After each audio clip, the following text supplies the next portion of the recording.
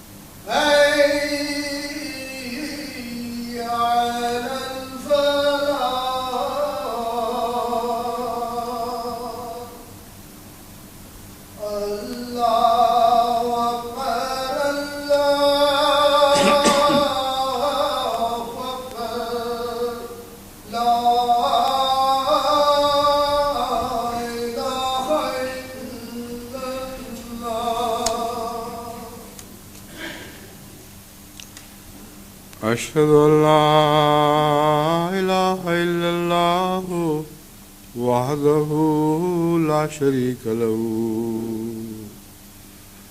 وأشهد أن محمدا عبده ورسوله أما بعد فأعوذ بالله من الشيطان الرجيم بسم الله الرحمن الرحيم الحمد لله رب العالمين الرحمن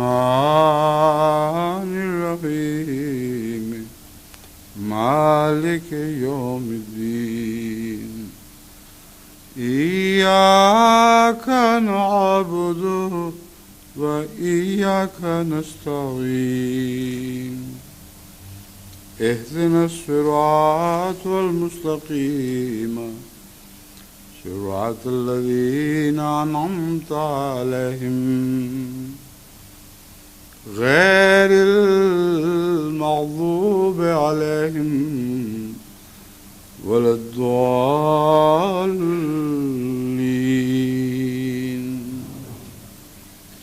يا أيها الذين آمنوا اتقوا الله وكونوا مع الصادقين. سورہ توبہ التوبہ آیت 119. یہ وہ آیت ہے جو گزشتہ خطبے میں نے تلاوت کی تھی، اور اس کی اسی آیت کی تشریح میں حضرت اقدس مسیح موعود علیہ السلام کے کچھ حوالے ابھی باقی تھے جو پڑھ کے سنائے نہ جا سکے. تو میں نے گزشتہ خطبے میں اعلان کیا تھا کہ یہی مضمون آئندہ خطبے میں بھی جاری رہے گا، اور جب تک یہ تمام اقتباسات کا مضمون جماعت کو سمجھانا دیا جائے ہم دوسرے مضمون میں داخل نہیں ہوں گے. تو آج پھر یہیں سے میں بات شروع کرتا ہوں.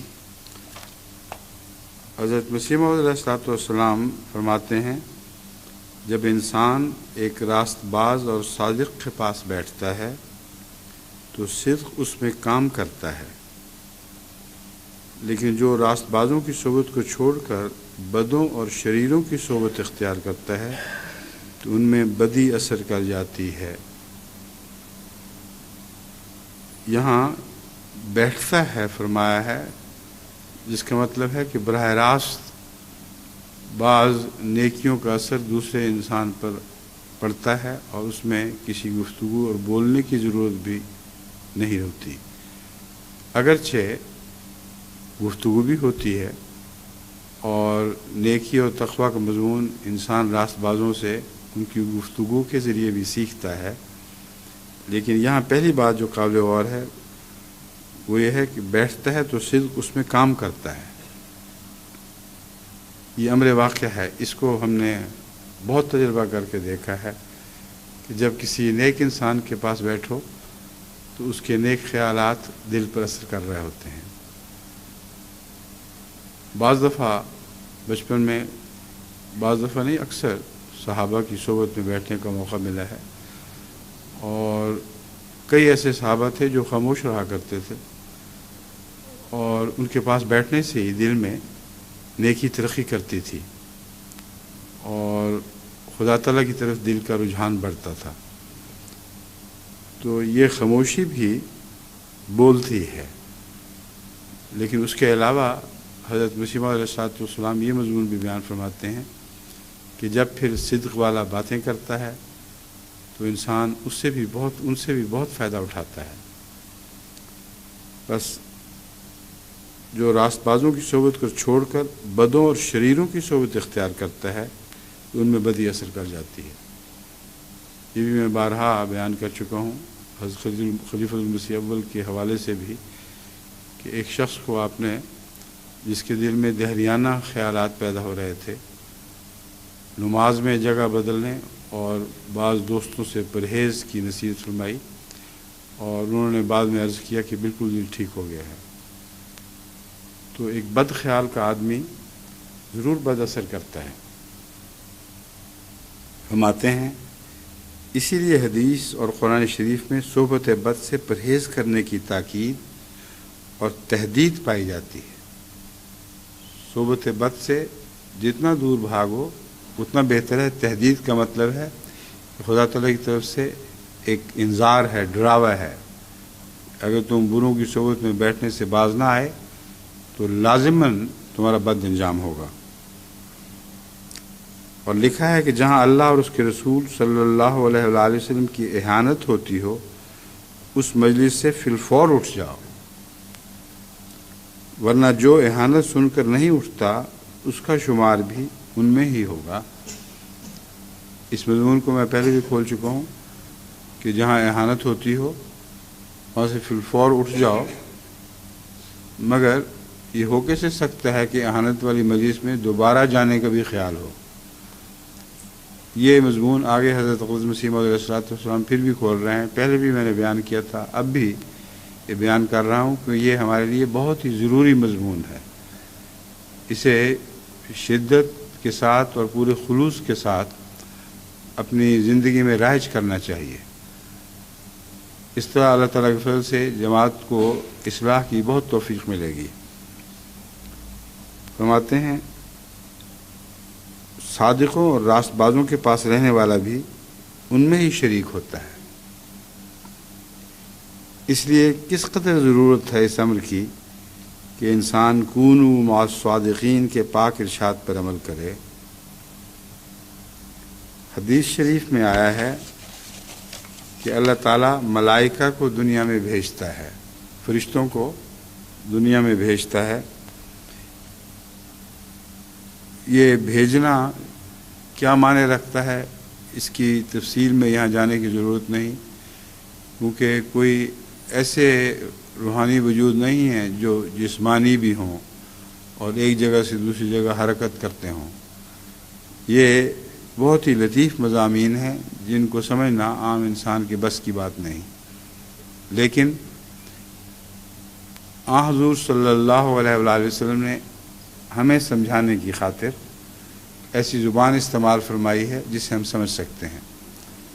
جیسے کوئی اوپر سے اتر کے نیچے آیا ہے، کسی مجلس میں با کے بیٹھ گیا ہے. فرشتے اس قسم کی حرکت تو نہیں کرتے.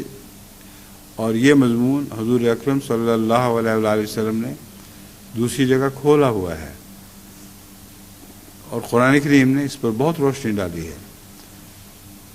لیکن ان لفظوں کو جیسے کہ میں بیان کر رہا ہوں، حضور اکرم صلی اللہ علیہ وآلہ وسلم کے الفاظ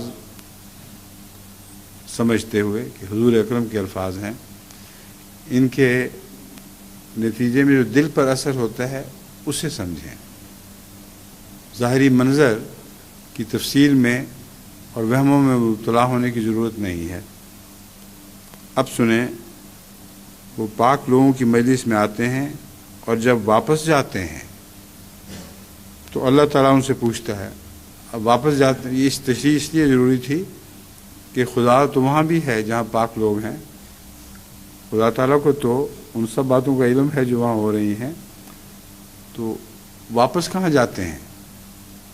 یہ صرف ایک نظارہ ہے جسے انسان بہتر سمجھ سکتا ہے. اس لیے ان کا صعود بھی وہیں ہوتا ہے جہاں وہ مجلس ہو، اور روحانی صعود ہوتا ہے جو خدا تعالیٰ کی ذات کی طرف حرکت کرتا ہے، جو وہیں موجود ہوتا ہے. بہرحال اب اس تشریح کے بعد اس کو سنیں، بہت ہی دلچسپ اور بہت ہی دل پہ گہرا اثر کرنے والی نصیحت ہے. فرماتے ہیں اللہ تعالیٰ ان سے پوچھتا ہے کہ تم نے کیا دیکھا؟ وہ کہتے ہیں کہ ہم نے ایک مجلس دیکھی ہے جس میں تیرا ذکر کر رہے تھے، مگر ایک شخص ان میں سے نہیں تھا. یعنی ایک شخص ایسا تھا جو ذکر کرنے والوں میں سے نہیں تھا.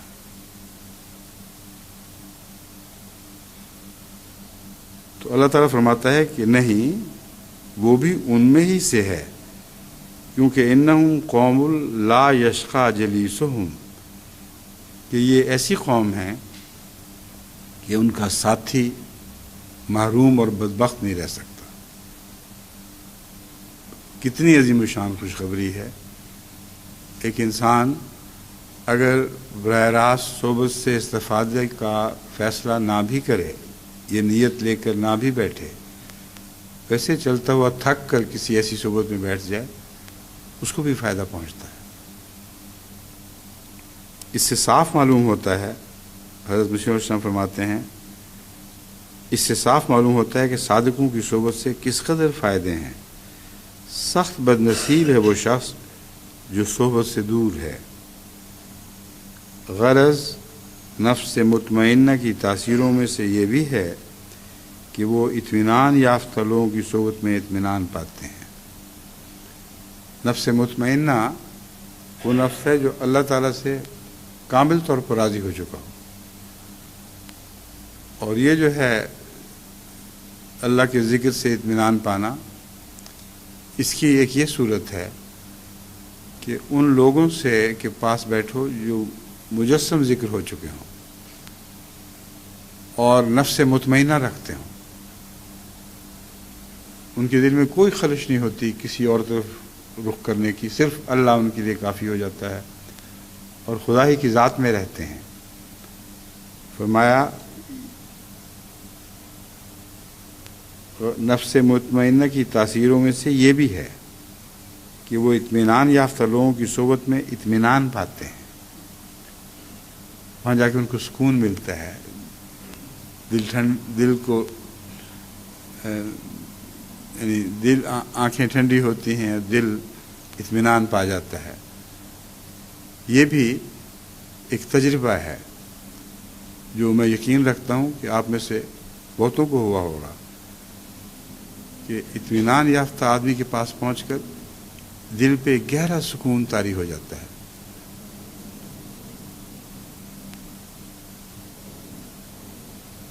امارہ والے میں نفس امارہ کی تاثیریں ہوتی ہیں، جس کا دل ہر وقت اسے بدیوں کی تحریک کر رہا ہے.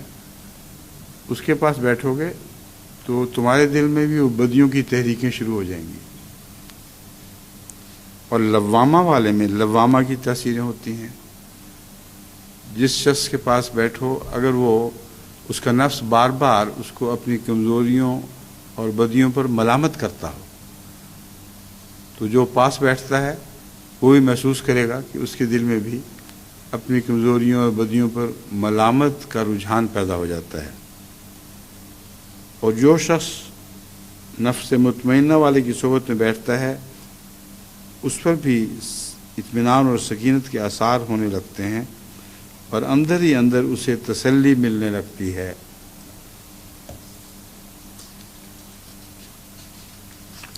اس سے پہلے اگرچہ نفس مطمئنہ کا ذکر گزر چکا ہے مگر اب چونکہ تدریج میں ذکر فرما رہے ہیں اس لیے آخر پر پھر نفس مطمئنہ کا ذکر ضروری تھا.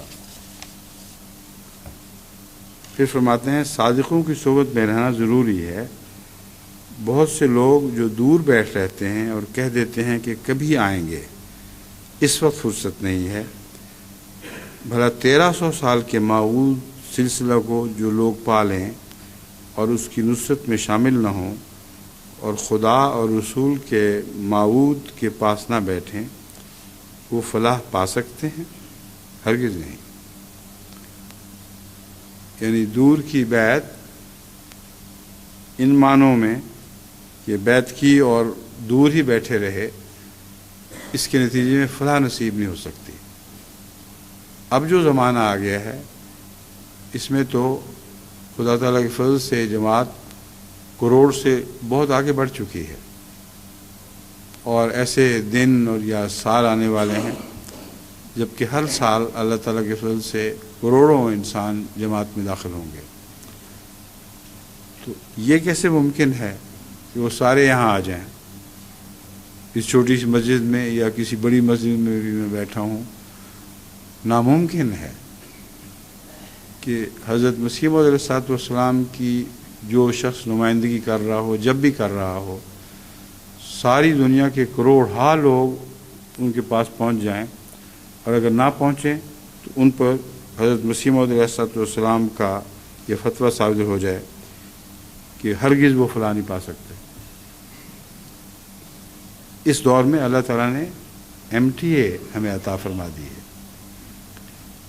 اور بالکل یہی احساس ہوتا ہے دور بیٹھے والوں کو کہ وہ اسی مجلس میں بیٹھے ہوئے ہیں چاہے دنیا کے کسی کونے میں بس رہے ہوں. ان کے دل پر اتنا گہرا اثر پڑتا ہے مجلس کا کہ ان کو خیال بھی نہیں گزر رہا ہوتا کہ وہ کہیں اور بیٹھے ہوئے ہیں. بالکل ہمارے اندر بیچ میں اسی احساس کے ساتھ بیٹھے ہوتے ہیں جس طرح آپ یہاں ایک احساس کے ساتھ بیٹھے ہوتے ہیں. بہت سے خطوط میں ملتے ہیں وہ کہتے ہیں ہم ایسی صورت میں اپنے آپ سے بالکل کھوئے جاتے ہیں. یہاں تک کہ جو چھوٹے بچے ہیں وہ تو اٹھ کر ٹی وی کی اسکرین کو انگلیاں لگاتے ہیں. ایک بچی نے لکھا کہ مجھے امی نے ساری بات سمجھائی کہ کیا لیس اللہ کافی نبدہ کیا مطلب ہے اور یہ انگوٹھی کیوں پہنتے ہیں اور حضرت مسیح موعود علیہ السلام کی انگوٹھی جو آپ پہنتے ہیں اس کا قصہ بھی سنایا. کہتی ہیں مجھے بے اختیار جب آپ کا ہاتھ انگوٹھی والا نظر آیا تو میں دوڑ کے گئی اور اسکرین پہ منہ لگا دیا کہ اس انگوٹھی میں چوموں. اب یہ بناوٹی باتیں نہیں ہیں، یہ محبت کے بے انتہا اور غیر اختیاری مظاہر ہیں جو جماعت احمدیہ کو اللہ تعالیٰ دکھا رہا ہے. بس یہ خیال دل میں پیدا ہونا کہ دور بیٹھے اب کیا کریں گے. اگر دور بیٹھے لوگ ٹیلی ویژن پر کم سے کم خطبہ سننے کا اہتمام کریں تو حضرت مسیح موعود علیہ السلام کی یہ مراد پوری ہو جاتی ہے کہ وہ آئیں اور صحبت سے فیض یافتہ ہوں. فرمایا ہم خدا خواہی و ہم دنیائے دوں این خیال است و محال است و جنوں. کہ خدا بھی چاہو اور دنیا بھی چاہو یہ خیال ہے، محض محال ہے، ناممکن ہے اور جنون ہے. بس یہ دو چیزیں اکٹھی نہیں چل سکتی. اگر خدا چاہتے ہو تو خدا چاہنے کے لیے جو تقاضے ہیں وہ تقاضے پورے کرو، اگر دنیا چاہتے ہو تو دنیا کی طرف منہ کر لو، اور یہ بین بین کا رستہ اختیار نہیں کیا جا سکتا۔ دنیا چاہتے ہوئے خدا چاہتے ہو تو پھر لازماً رفتہ رفتہ دنیا سے دور ہٹنا اور خدا کی طرف آگے بڑھنا لازم ہوگا۔ فرماتے ہیں دین تو چاہتا ہے کہ مصاحبت ہو، پھر مصاحبت سے گریز ہو، تو دینداری کے حصول کی امید کیوں رکھتا ہے؟ ہم نے بارہا اپنے دوستوں کو نصیحت کی ہے اور پھر کہتے ہیں کہ وہ بار بار یہاں آ کر رہیں اور فائدہ اٹھائیں، مگر بہت کم توجہ کی جاتی ہے۔ لوگ ہاتھ میں ہاتھ دے کر دین کو دنیا پر مقدم کر لیتے ہیں، مگر اس کی پرواہ کچھ نہیں کرتے۔ اور یہ جو مضمون بیان فرما رہے ہیں حضرت مسیح علیہ الصلوۃ والسلام، یہ اس زمانے کی باتیں ہیں جب کہ احمدیت کا آغاز تھا ابھی، اور لوگوں کو حضرت مسیح علیہ الصلوۃ والسلام کی اہمیت کا پورا احساس نہیں تھا۔ دور بیٹھے کبھی تعاون کے اثر سے، کبھی کوئی اور نشان دیکھ کر بیعت تو کر لی، مگر دل میں وہ غیر معمولی پاک تبدیلی پیدا نہ ہو سکی، جس کے نتیجے میں بے اختیار وہ کشاں کشاں قادیان کی طرف چلے آئیں۔ ایسے لوگوں کی بے اتنائی کے اوپر حضرت مسیح علیہ الصلوۃ والسلام نے جو افسوس فرمایا ہے، آج آپ لوگ اس بے وقوفی میں مبتلا نہ ہوں کہ آج کے لوگ نئے آنے والے پہلوں سے بہت بہتر ہیں، اور یہ ہمارے زمانے کی پہلے زمانے پر ایک فضیلت ہے۔ اگر بہتر ہیں تو وہ درد جو مسیح موعود کے دل میں اس وقت پیدا ہوا ہے جب تحریر فرما رہے تھے، وہ درد ہے جو خدا نے قبول فرمایا ہے۔ بس 100% ہم آپ ہی کی جوتیوں کے غلام ہیں، اور آج جو حیرت انگیز معجزے دیکھ رہے ہیں یہ ان دعاؤں کا نتیجہ ہے۔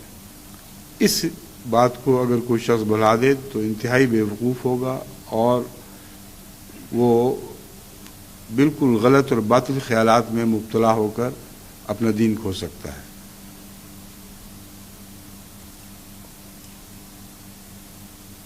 فرماتے ہیں جو میرے پاس کثرت سے نہیں رہتے اور ان باتوں سے جو خدا تعالیٰ ہر روز اپنے سلسلے کی تائید میں ظاہر کرتا ہے نہیں سنتے اور دیکھتے، وہ اپنی جگہ پر کیسے ہی نیک اور متقی اور پرہیزگار ہوں۔ یعنی ایسے بھی لوگ ہوں گے جو متقی اور پرہیزگار ہیں مگر دور بیٹھے ہیں اور اپنے ہی تقویٰ میں گم ہیں، مگر میں یہی کہوں گا کہ جیسا چاہیے انہوں نے قدر نہیں کی۔ میں پہلے کہہ چکا ہوں کہ تکمیل علمی کے بعد تکمیل عملی کی ضرورت ہے۔ علم کی تکمیل کے بعد عمل کی تکمیل کی ضرورت ہے، بس تکمیل عملی بدون تکمیل علمی کے محال ہے۔ عملی تکمیل علمی تکمیل کے بغیر ناممکن ہے۔ یہ مضمون ہے جو ذرا ٹھہر کر سمجھانے والا ہے۔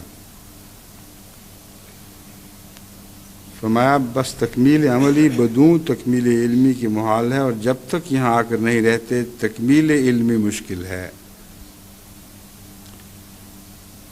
بار بار خطوط آتے ہیں کہ فلاں شخص نے اعتراض کیا اور ہم جواب نہ دے سکے، یہ مراد ہے۔ اس کی وجہ کیا ہے؟ یہی کہ وہ لوگ یہاں نہیں آتے اور ان باتوں کو نہیں سنتے جو خدا تعالیٰ اپنے سلسلے کی تائید میں علمی طور پر ظاہر کر رہا ہے۔ بس اگر تم واقعی اس سلسلے کو شناخت کرتے ہو اور خدا پر ایمان لاتے ہو اور دین کو دنیا پر مقدم کرنے کا سچا وعدہ کرتے ہو، تو میں پوچھتا ہوں کہ اس پر عمل کیا ہوتا ہے؟ کیا کونوا مع الصادقین کا حکم منسوخ ہو چکا ہے؟ اگر تم واقعی ایمان لاتے ہو اور سچی خوش قسمتی یہی ہے تو اللہ تعالیٰ کو مقدم کر لو۔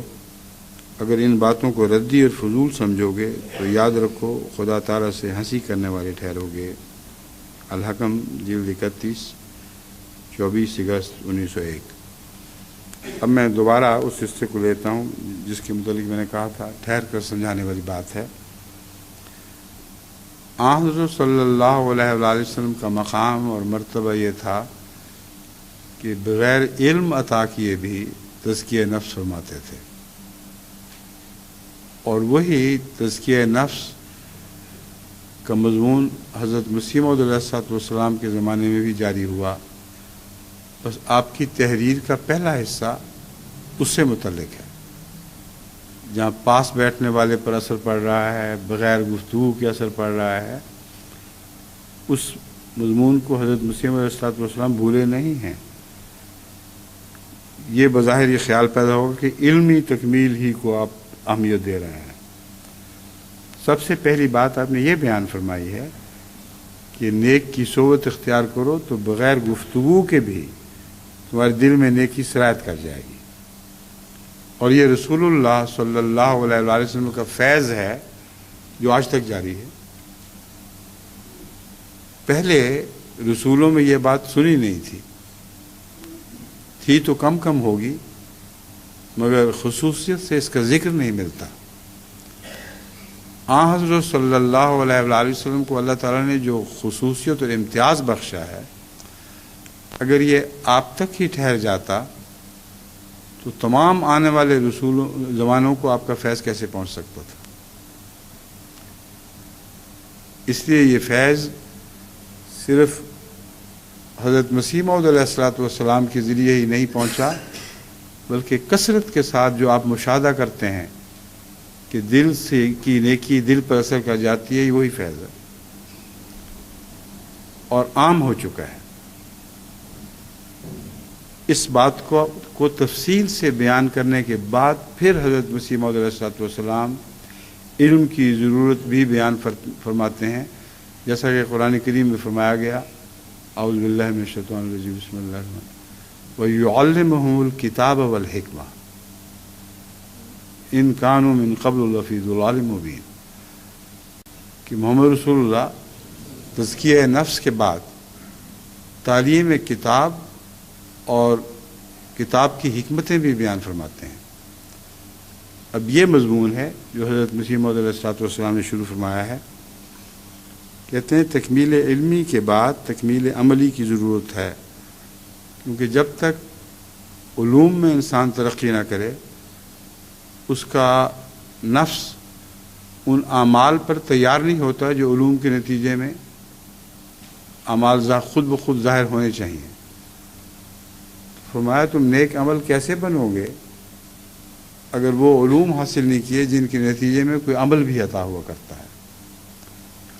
اگر علم سچا ہو اور واقعتاً انسان کو نصیب ہو جائے تو اس علم کے بعد ایک عمل لازم ہو جایا کرتا ہے۔ یہ حکمت کی بات ہے جو سمجھانے والی ہے۔ آپ کو علم ہے کہ کسی چیز کے متعلق علم ہے کہ یہ میری صحت کے لیے اچھی ہے، تو آپ اسے پرے نہیں پھینکیں گے۔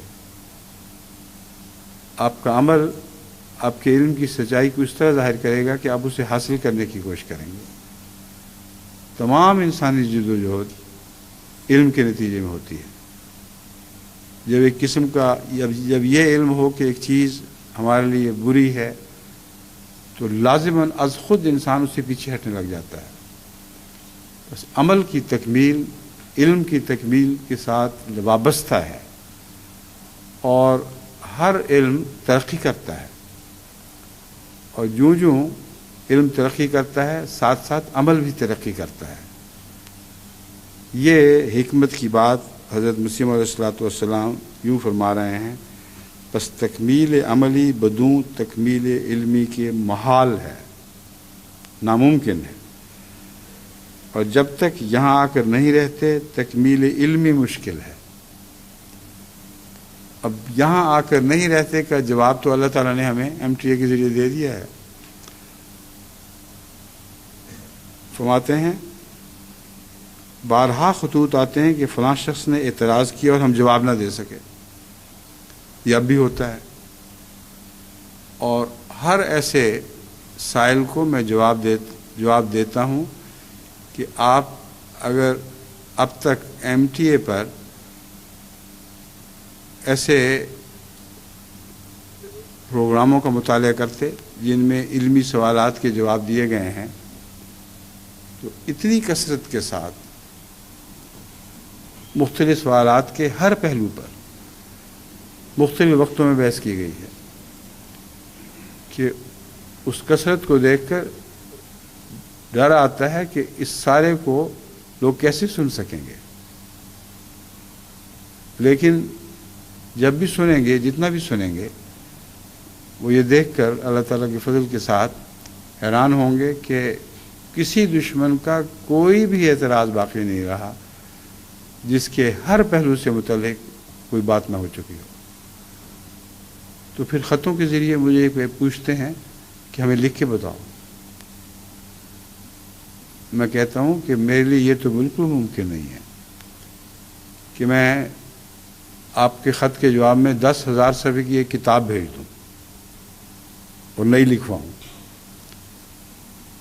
وہ باتیں جو اکٹھی کی گئی ہیں، اگر واقعتاً ان کو تفصیل سے ساری مجالس کو، اور ان میں درس قرآن بھی شامل ہے، اس میں بھی بہت سے نکات بیان ہوتے ہیں، اس میں ہر قسم کے پروگرام شامل ہیں، یہاں تک کہ بچوں کے پروگرام بھی شامل ہیں. ان کو اگر اکٹھا کر کے لکھو تو واقعی کم از کم 10,000 صفحے کی کتاب بنے گی. تو کیسے ممکن ہے؟ عجیب سوال کرتے ہیں. لا علمی ہے تو اتنی لا علمی ہے کہ پتہ ہی نہیں کہ ان سب باتوں کا جواب آ چکا ہے. کوئی پاکستان سے لکھ رہا ہے بچہ، سیالکوٹ کے کسی گاؤں سے، کہ مجھے ان سوالات کے جواب اپنے ہاتھ سے لکھ کے بھیجیں. اور سوالات ایسے ہیں جن میں واقعتاً کم سے کم 1,000 صفحے کا خط بھی لکھنا پڑے گا یا لکھوانا پڑے گا. تو یہ بچگانہ باتیں چھوڑ دیں، عقل سے کام لیں. سارا مواد موجود ہے، اور جس کو یہ بھی علم نہیں اس کو تکمیل عملی کیسے ہوگی؟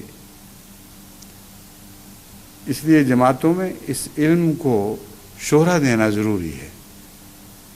کثرت کے ساتھ اس علم کا انتشار کریں اور سب کو بتائیں کہ ہر قسم کے اعتراضات کے جواب ہیں. صرف ان کو اپنی جماعت کے متعلقہ شعبے کو یہ لکھنا ہے کہ ہمارے یہ سوالات ہیں، ان کے جواب کہاں کہاں ملیں گے. تو خدا تعالیٰ کے فضل سے وہ شعبہ ان کو بتا سکتا ہے. اور یہ خیال نہ کریں کہ ایک مضمون کی ایک کیسٹ میں وہ ساری باتیں آ جائیں گی. اس لیے کم سے کم 20، 30، 40، 50 کیسٹس ایسی ہوں گی جن میں تفصیل موجود ہے، اور ہر کیسٹ میں کچھ نہ کچھ نئی باتیں ہیں. بس اس کے لیے اپنی توفیق کے مطابق وقت زیادہ ہو تو زیادہ، کم ہو تو کم توجہ کریں. اور آپ کو میں یقین دلاتا ہوں کہ ہر قسم کے اعتراضات کے جواب دینے کی آپ کو مہارت نصیب ہو جائے گی.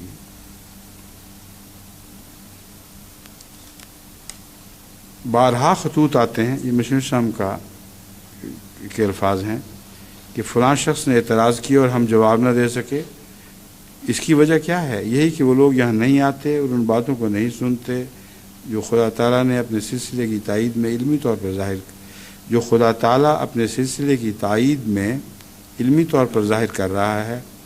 بس اگر تم واقعی اس سلسلہ کو شناخت کرتے ہو اور خدا پر ایمان لاتے ہو اور دین کو دنیا پر مقدم کرنے کا سچا وعدہ کرتے ہو، تو میں پوچھتا ہوں کہ اس پر عمل کیا ہوتا ہے. کیا کونوا مع الصادقین کا حکم منسوخ ہو چکا ہے؟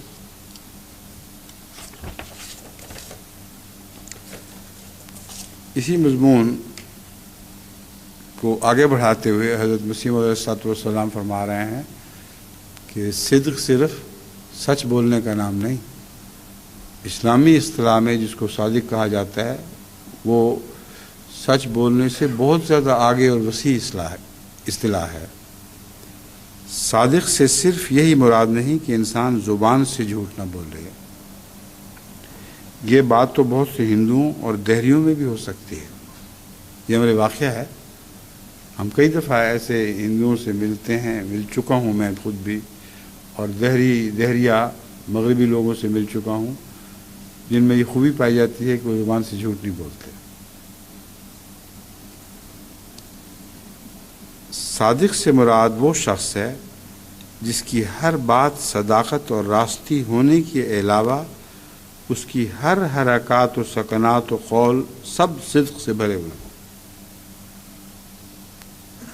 اس سچائی کی باتیں جب وہ کرتا ہے سچی باتیں کرتا ہے، مگر جب وہ سچی باتیں کرتا ہے تو وہ ساری سچی باتیں اس کے عمل میں نہیں ڈھلتی۔ یہ فرق ہے مومن صادق کا اور غیر مومن صادق کا۔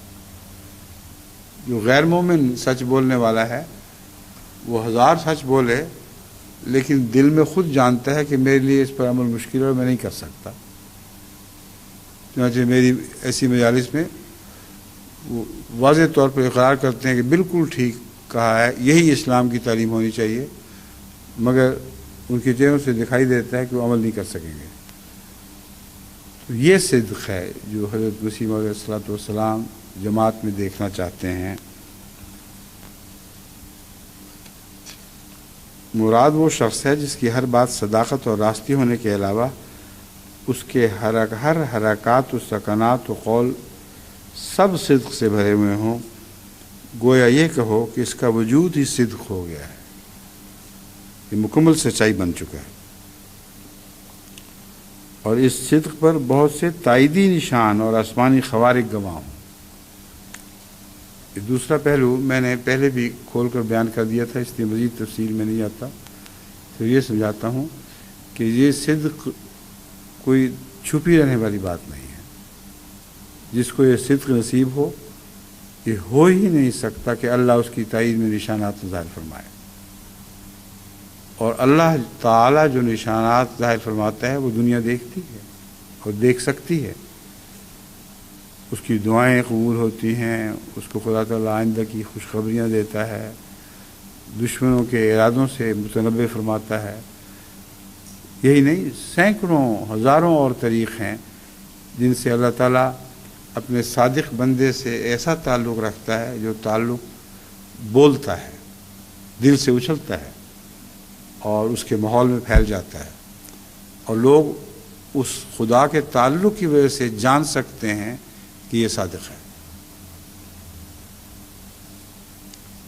اس کے صدق پر بہت سے تائیدی نشان اور آسمانی خوارق گواہ ہوں۔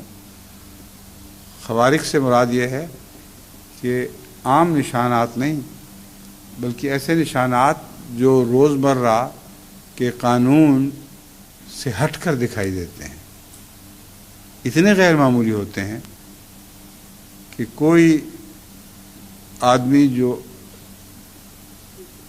تعصب سے پاک ہو وہ ان کا انکار کر ہی نہیں سکتا۔ ایسے خوارق کثرت سے حضرت صلی اللہ علیہ وآلہ وسلم کو عطا ہوئے، اور ایسے خوارق حضرت مسیح موعود علیہ الصلوۃ والسلام کو بھی عطا ہوئے۔ مثلا پاگل کتے کے کاٹے ہوئے کا جو عبد الکریم پر اثر تھا، اور ڈاکٹروں نے کہہ دیا تھا کہ اس کا کوئی علاج ہو ہی نہیں سکتا۔ جب وہ پاگل پن عود کر آیا، دوبارہ حملہ کیا، تو چوٹی کے ڈاکٹروں نے جو اس فن کے ماہر تھے یہ تار بھیجا کہ کچھ نہیں کیا جا سکتا۔ Nothing can be done for poor عبد الکریم، یا عبد الکریم خالی ہوگا۔ مسیح علیہ السلام نے دعا کی، اور اس کے نتیجے میں اللہ تعالیٰ نے بتا دیا کہ عبد الکریم ٹھیک ہو جائے گا۔ آج تک اس عبد الکریم کی نسل حیدرآباد دکن میں موجود ہے اور بہت کثرت سے پھیل چکی ہے۔ ہر ان میں سے ایک زندہ گواہ بن گیا ہے۔ اس کو کہتے ہیں خوارق کا ظہور۔ بس حضرت مسیح موعود علیہ الصلوۃ والسلام خوارق کو صرف اپنے لیے خاص نہیں فرما رہا ہے، یہ ہے جو خوشخبری ہے۔ فرمایا تم صادق بنو اور دیکھو کہ تمہاری تائید میں بھی خدا تعالیٰ خوارق دکھائے گا، اور ان خوارق کے نمونے میں بھی احمدیوں میں دیکھتا رہتا ہوں۔ واقعتاً بہت سے احمدی ایسے ہیں جن کی تائید میں اللہ خارق عادت موجے دکھاتا چلا جا رہا ہے، اور یہ دنیا میں پھیلے پڑے ہیں۔ بس اس وجہ سے وہ صادق بننے کی کوشش کریں جن کے لیے خدا تقدیر کو حرکت دیتا ہے اور وہ انسانی تدبیروں پہ غالب آ جایا کرتی ہے۔ اگر ایسے صادق بن جائیں گے تو پھر دیکھیں تو صحیح کہ دنیا میں احمدیت کس شان کے ساتھ پھیلتی اور کیسے دنیا کی اصلاح کرتی ہے، کتنے عظیم الشان فوائد احمدیت سے وابستہ ہو جاتے ہیں۔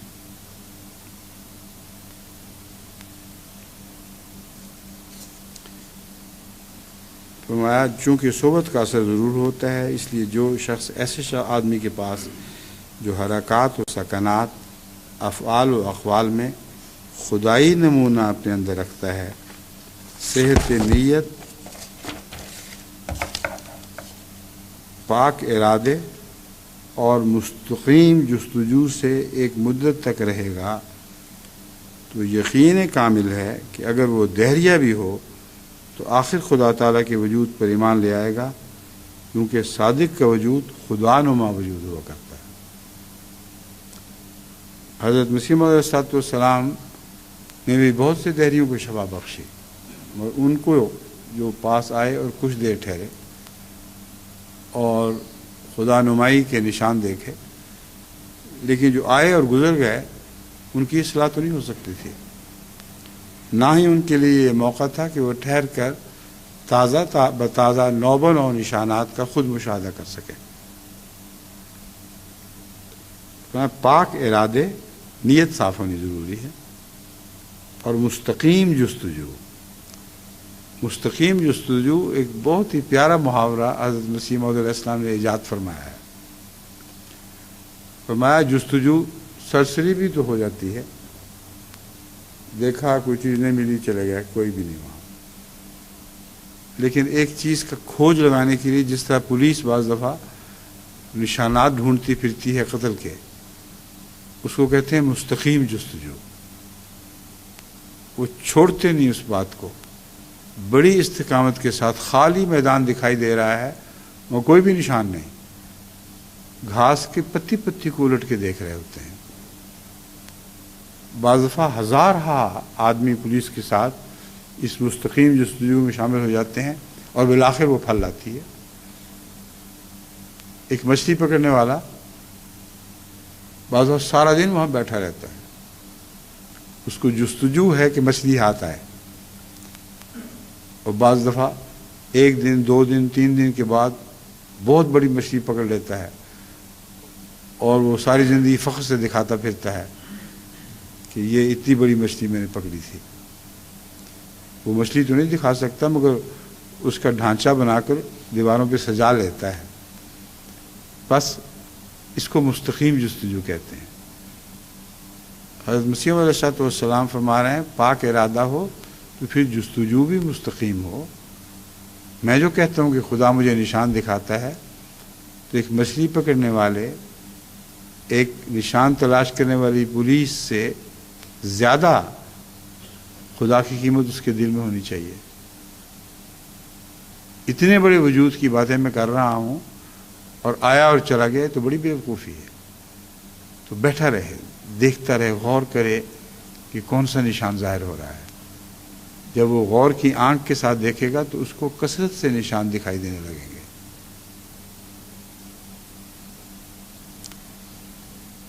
تو یقین کامل ہے کہ وہ دہریہ بھی ہو تو آخر خدا تعالیٰ کے وجود پر ایمان لے آئے گا، کیونکہ صادق کا وجود خدا نما وجود ہوتا ہے، وہ اس کے وجود میں اللہ کو دیکھ لیتا ہے۔ انسان اصل میں انسان ہے، یعنی 2 محبتوں کا مجموعہ ہے۔ انس کہتے ہیں پیار کو، مجھے اس سے انس ہے۔ تو فرمایا لفظ انسان دراصل انسان تھا، جو کثرت استعمال سے انسان میں بدل گیا۔ یہ عربی کا قاعدہ ہے کہ کثرت استعمال کے ساتھ جو مشکل حرکات ہیں وہ آسان حرکات میں بدلتی رہتی ہیں۔ سب سے آسان حرکت زیر کی حرکت ہے، انس میں جو پیش کی حرکت ہے یہ سب سے مشکل ہے، اس کے بعد پھر زبر کی حرکت اس سے کم مشکل، پھر زیر کی حرکت سب سے آسان. تو یہ دراصل انسان تھا، یہ لفظ جو انسان میں تبدیل ہو گیا، لیکن معنی وہی رکھتا ہے، دو محبتوں کا مجموعہ. ایک انس وہ خدا سے کرتا ہے، دوسرا انس انسان سے، کیونکہ انسان کو تو اپنے قریب پاتا ہوا دیکھتا ہے اور اپنی بنی نوع کی وجہ سے اس سے جھٹ پٹ متاثر ہو جاتا ہے. فطرت میں تو اللہ کا انس بھی ہے اور بندوں کا انس بھی ہے، لیکن اللہ ہر شخص کو قریب دکھائی نہیں دے سکتا، مگر انسان فرمایا اپنی جنس کا جو ہے اس کو انسان فوراً دیکھتا ہے اور اپنے ہم جنس ہونے کی وجہ سے اس سے متاثر ہوتا ہے. بس جو بھی قریب ہے چیز وہ ضرور اپنا اثر دکھاتی ہے، اور جو دور ہے وہ رفتہ رفتہ اپنا اثر کھو دیتی ہے، یا اثر ہے تو واضح طور پر محسوس نہیں ہوتا.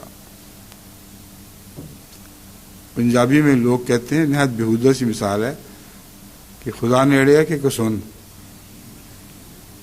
تم جو خدا سے ڈرتے پھرتے ہو، دیکھو نزدیک کیا، مکہ نزدیک ہے یا اللہ نزدیک ہے.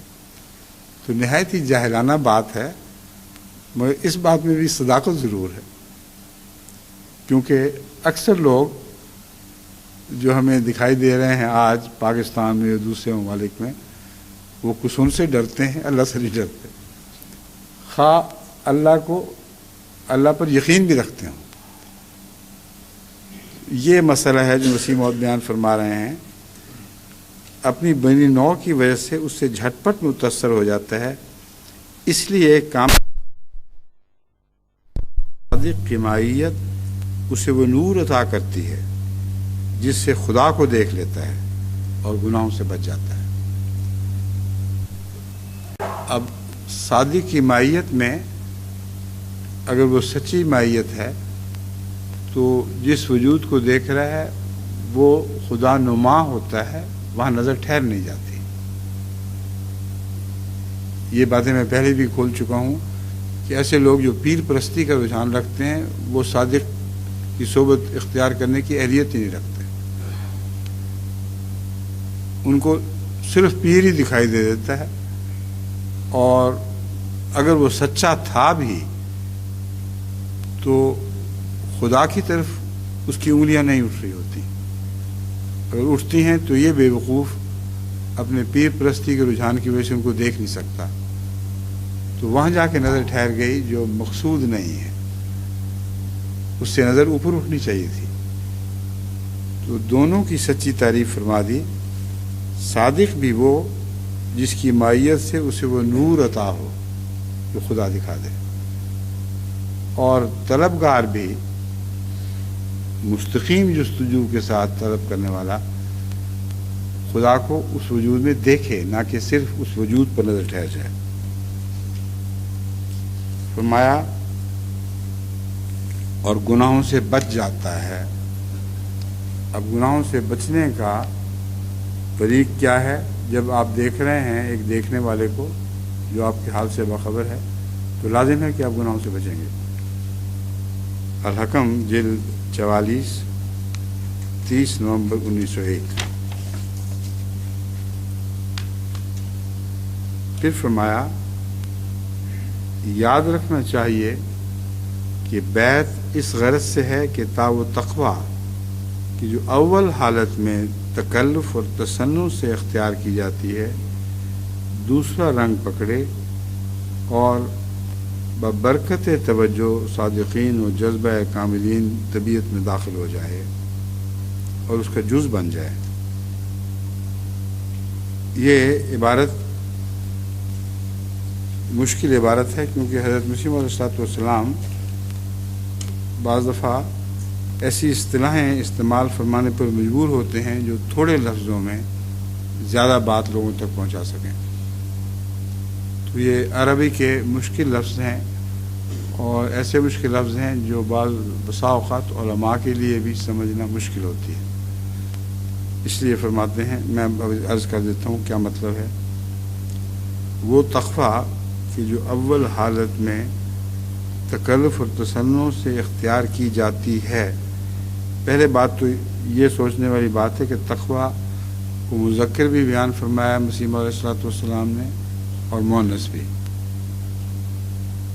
تقویٰ جو حقیقی تقویٰ اور آخری تقویٰ ہے وہ مذکر ہی کہلاتا ہے، لیکن جو تقویٰ کی حالت ہے سچا اصل تقویٰ نہیں، اسے مسیح علیہ الصلوۃ والسلام مؤنث میں استعمال فرما رہے ہیں، کیونکہ آغاز میں جو ترقی کے لیے تقویٰ ضروری ہوا کرتا ہے، جیسا ھدی للمتقین فرمایا گیا، یہ تقویٰ وہ تقویٰ نہیں ہے جو اس کوشش اور جد و جہد کے بعد نصیب ہوگا۔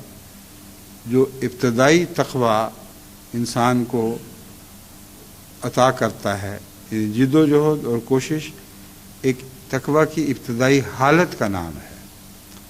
بس اس حالت کو پیش نظر رکھتے ہوئے کہ یہ ایک حالت ہے، حضرت مسیح موعود علیہ الصلوۃ والسلام اس کو تانیث میں بیان فرماتے ہیں۔ چنانچہ سچے تقوی میں تو تصنع ہو ہی نہیں سکتا، سچے تقوی میں تکلف کیسا؟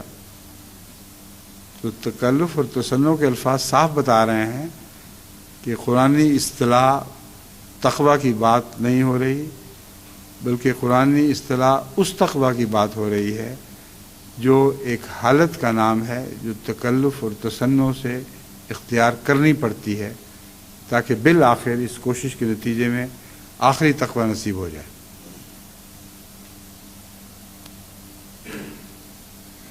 دوسرا فرمایا جو اول حالت میں تکلف اور تصنع سے اختیار کی جاتی ہے، دوسرا رنگ پکڑے۔ یہ دوسرا رنگ ہے جو جس میں اصل راز چھپا ہوا ہے۔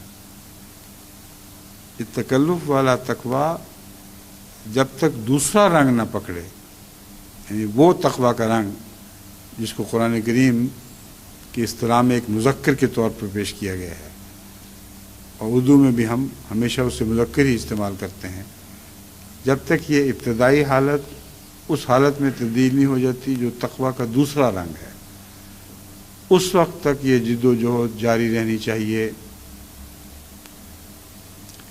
اور ببرکت توجہ صادقین و جذبہ کاملین طبیعت میں داخل ہو جائے۔ یہ جو دوسرا رنگ ہے، اس کو طبیعت میں داخل کرنے کے لیے صادقین کی توجہ ضروری ہوا کرتی ہے، وہ جذبہ کاملین، اور جو کامل لوگ ہیں ان کا جذبہ ہے جس کے نتیجے میں یہ دوسرا رنگ دل پر نقش ہو جاتا ہے اور دل پر قبضہ جما لیتا ہے۔ یہ ہے صادقوں کی برکت اور کاملین کے جذبے کی وجہ سے۔ اب یہاں جذبہ کیسا؟ کاملین جب ایسے شخص کو دیکھتے ہیں جد و جہد میں مبتلا، تو ان کے دل میں ایک غیر معمولی محبت کا جذبہ ان کے لیے اٹھتا ہے، ان کے فکر میں مبتلا ہوتے ہیں اور ان کے لیے دعائیں کرتے ہیں۔ یہی جذبہ حضرت اقدس محمد مصطفیٰ صلی اللہ علیہ وآلہ وسلم کی زندگی میں ہمیں صحابہ میں کار فرما دکھائی دیتا ہے، اور بکثرت احادیث میں گواہیاں موجود ہیں کہ رسول اللہ صلی اللہ علیہ وآلہ وسلم کسی کی ابتدائی حالت دیکھ کر اس پہ رحم فرمایا کرتے تھے اور دعا کیا کرتے تھے، تمنا کرتے تھے کہ یہ ادنا سے اعلیٰ حالتوں کی طرف منتقل ہو۔ یہ وہ جذبہ کاملین ہے جو طبیعت میں داخل ہو جائے۔ جب تک داخل نہ ہو جائے، اس کا جز نہ بن جائے، اس وقت تک ایسے سالک کو امن سے نہیں بیٹھنا چاہیے۔ اس کے بعد پھر کیا ہوگا؟ اور وہ مشکاتی نور دل میں پیدا ہو جاوے۔ وہ مشکات جس کا قرآن کریم میں ذکر ہے، مثل نور ہی، اسی مشکات کی طرف اشارہ فرمایا ہے۔ حضرت محمد مصطفیٰ صلی اللہ علیہ وآلہ وسلم تو یاد رکھو وہ نور ہیں جس کے متعلق قرآن کریم نے فرمایا ہے کہ ایک مشکات کی طرح ہے جس میں اللہ کا نور چمک رہا ہے. فرماتے ہیں دل میں پیدا ہو جائے کہ جو عبودیت اور ربوبیت کے باہم تعلق شدید سے پیدا ہوتا ہے. اور دیکھیں زبان مشکل لیکن مضمون کتنا حقیقی اور یقینی اور واضح اپنی ذات میں واضح ہونا چاہیے. مگر سمجھانے کے لیے حضرت مسیح علیہ الصلوۃ والسلام کو یہ چھوٹے لفظوں میں بیان کرنے کی خاطر یہ اصطلاحیں بیان فرمانی پڑتی ہیں. یہ مشکاتی نور کیسے دل میں پیدا ہوتا ہے؟ جو عبودیت اور ربوبیت کے باہم تعلق شدید سے پیدا ہوتا ہے. عبد کو اپنے رب سے اگر بہت گہرا تعلق ہو، جیسا کہ رسول اللہ صلی اللہ علیہ وسلم عبد کامل اور اللہ الرب، تو یہ ہو ہی نہیں سکتا کہ اللہ کا نور عبد کے دل میں منتقل نہ ہو جائے. تو نوروں کے حصول کے رستے دکھا دیے ہیں، ورنہ دور کی باتیں تھیں. اور دیکھو کتنا ان باتوں سے انسان حقائق کے قریب تر ہوتا چلا جاتا ہے. جس کو متصوفین دوسرے لفظوں میں روح قدس بھی کہتے ہیں. یہ جو کیفیت ہے کہ دل میں نور جاری ہو جائے اور عبد اور رب کا تعلق ہو جائے، اس کیفیت کو جو تصوف والے لوگ ہیں وہ روح قدس بھی کہتے ہیں. اب یہاں حضرت مسیح موعود علیہ السلام نے روح القدس کی بات نہیں فرمائی ہے جو فرشتے کا نام ہے. فرمایا اس حالت کو تصوف والے لوگ روح قدس بیان کرتے ہیں کہ روح سچی ہو گئی. اس شخص کی اپنی روح سچی ہو جاتی ہے جس کے پیدا ہونے کے بعد خدا تعالیٰ کی نافرمانی ایسی بالطبع بری معلوم ہوتی ہے جیسے وہ خود خدا تعالیٰ کی نظر میں بری و مکروہ ہے. روح قدس کی تعریف یہ ہے کہ مزاج اتنا اللہ سے مل گیا، جو اللہ جس چیز کو اللہ برا دیکھتا ہے اس کو یہ بھی برا دیکھتا ہے. اور طبیعت میں کتنی آسانی سے گناہ سے نفرت پیدا ہو جاتی ہے. جب تک گناہ مکروہ دکھائی نہ دے اور برا نہ نظر آئے اس وقت تک اس سے بچنے کی کوشش بڑا مشکل کام ہے. وہ لازماً اپنی طرف کھینچے گا. فرمایا اس روح ایک کامل کے حصول کی کوشش کرو جو عبد کی اپنے رب سے سچی محبت کے نتیجے میں پیدا ہوتا ہے. یہ ہو تو اگلا کام خدا کا کام ہے. تمہیں کسی کوشش سے اس مقام کو حاصل کرنے کی ضرورت نہیں پڑے گی جو محبت کے نتیجے میں خود بخود حاصل ہو جائے گا، اور ایک نور آسمان سے تمہارے دل پر اترے گا اور تمہاری فطرت کو پاک کر دے گا. اور فطرت کی پاکیزگی کا مطلب ہے اللہ قدوس ہے تو تم بھی قدوس ہو. ایک جیسے ہو جاؤ، دونوں اپنی چاہتوں میں اپنی نفرتوں میں ایک جیسے ہو جاؤ. وہ نہ صرف خلق اللہ سے وہ خود خدا تعالیٰ کی نظر میں بری و مکروہ ہے، اور نہ صرف خلق اللہ سے انقطاع میسر آتا ہے بلکہ بجز خالق و مالک حقیقی ہر یک موجود کو کل عدم سمجھ کر فنا نظری کا درجہ حاصل ہو جاتا ہے. یعنی جب یہ حالت پیدا ہو تو اللہ تعالیٰ کے سوا جو خالق و مالک حقیقی ہے دوسرے تمام وجود گویا نظر سے غائب ہو جاتے ہیں، ان کی حقیقت ہی کوئی نہیں رہتی، عدم میں ڈوب جاتے ہیں. یعنی دنیا موجود تو رہتی ہے لیکن ان کی اہمیت ایک ذرے برابر بھی نہیں رہتی کہ وہ خدا کے مقابلے میں اس کو اہمیت دیں. وہ پھرتے ہیں سرسری نظر سے دنیا کو دیکھ رہے ہیں، اس کے حسن کا بھی ملاحظہ کرتے ہیں، مگر وہ حسن ان کو اپنی جانب نہیں کھینچ سکتا کہ خدا سے ہٹ کر ادھر جائیں. ابھی مضمون باقی ہے اور وقت ختم ہو گیا. انشاءاللہ اسی مضمون سے آئندہ شروع کریں گے اور پھر اگلی آیات.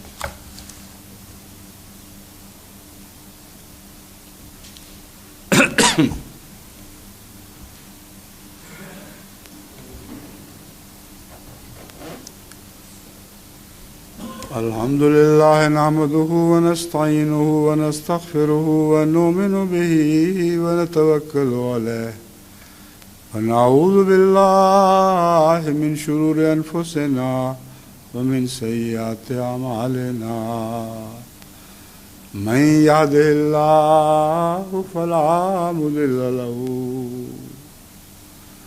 من يهده الله فلا مضل له